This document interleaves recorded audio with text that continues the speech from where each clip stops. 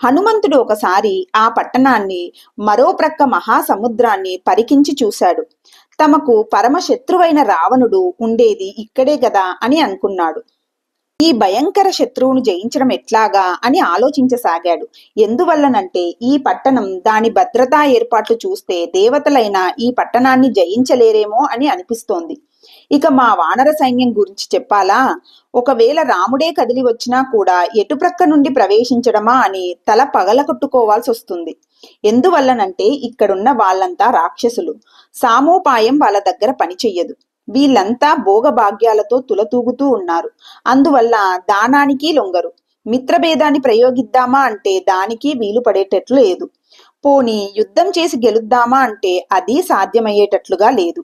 హనుమంతుడు మహాబుద్ధిశాలి, స్వామి భక్తి పరాయణుడు కావటం వల్ల రాముడి పని సానుకూలం చేయడం ఎట్లాగా అని మళ్ళీ